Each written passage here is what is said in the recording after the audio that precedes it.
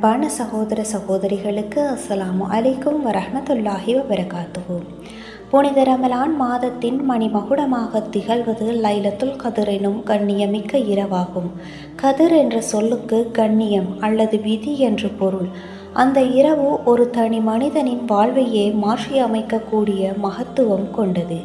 அல் குர்ஆனும் ஹதீஸும் இந்த இரவை பற்றி என்ன கூறுகின்றன என்பதை விரிவாக என்று பார்க்கலாம். அல் குர்ஆன் போற்றும் கதிர் இரவு. அல்லாஹ் இந்த இரவின் சிறப்பை கூறவென்றே சூரத்துல் கதிர் என்ற ஒரு தனி அத்தியாயத்தையே இறக்கியுள்ளான்.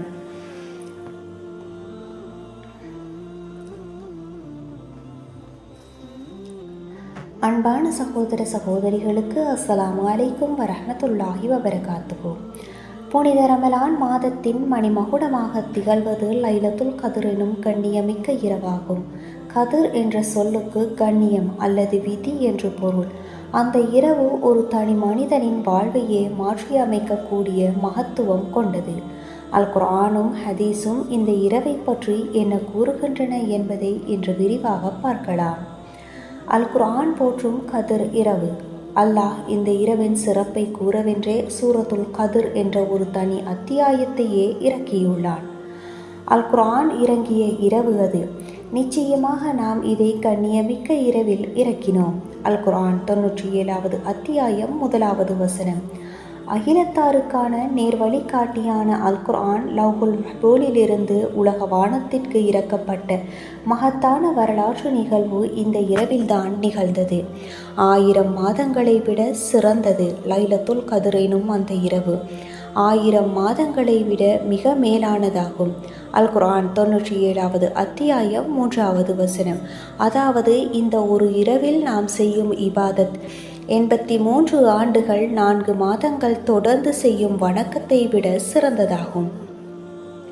ஹதீஸின் பார்வையில் சிறப்புகளாக நபிகள் நாயகம் ஸல்லல்லாஹு அலைஹி வஸல்லம் அவர்கள் இந்த இரவின் முக்கியத்துவத்தை பல இடங்களில் வலியுறுத்தியுள்ளார்கள். யார் லைலத்துல் கதிர் இரவில் நம்பிக்கையுடனும் நன்மையை எதிர்பார்த்தும் நின்று வணங்குகின்றாரோ அவரது முன் பாவங்கள் மன்னிக்கப்படுகின்றன.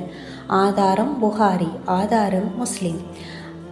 இந்த இரவில் ஜிப்ரீல் அலைஹிஸ்ஸலாம் அவர்கள் தலைமையில் மலக்குகள் பூமிக்கு இறங்குகின்றார்கள். அதில் மலக்குகளும் ஜிப்ரீல் எனும் ஆன்மாவும் தன் இறைவனின் கட்டளையின்படி சகல காரியங்களுடனும் இறங்குகின்றன. அல் குர்ஆன் 97வது அத்தியாயம் 4வது வசனம். பூமியில் வணக்க வழிபாடுகளில் ஈடுபடுவோருக்காக அவர்கள் பிரார்த்தனை செய்கின்றார்கள். லைலத்துல் கதிர் இரவு ரமலானின் எந்த நாள் என்பது மறைக்கப்பட்டிருப்பதில் பெரும் ஞானம் உள்ளது.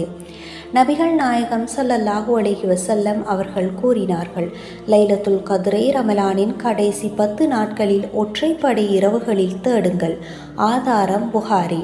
அதாவது 21, 23, 25, 27, 29 ஆகிய இரவுகளில் இதை நாம் அதிகம் தேட வேண்டும்.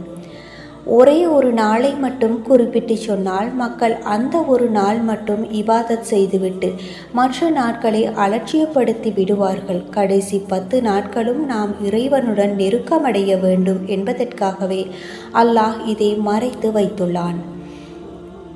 இந்த இரவின் அடையாளங்கள் சிலவற்றை ஹதீஸில் நாம் காணலாம்.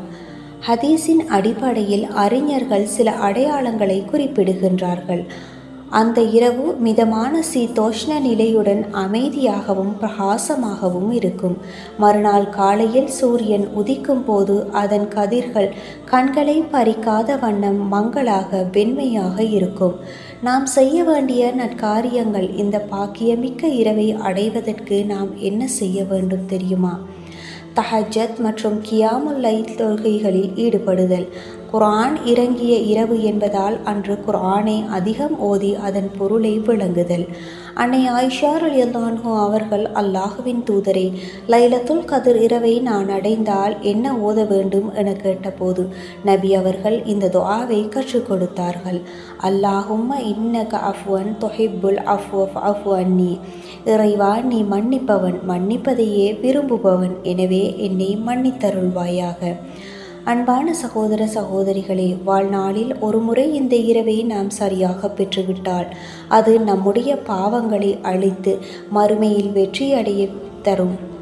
வீணான அரட்டைகள் மற்றும் சமூக வலைத்தளங்களில் நேரத்தை கழிக்காமல் ரமலானின் கடைசி 10 இரவுகளையும் கண்ணியப்படுத்துவோம்.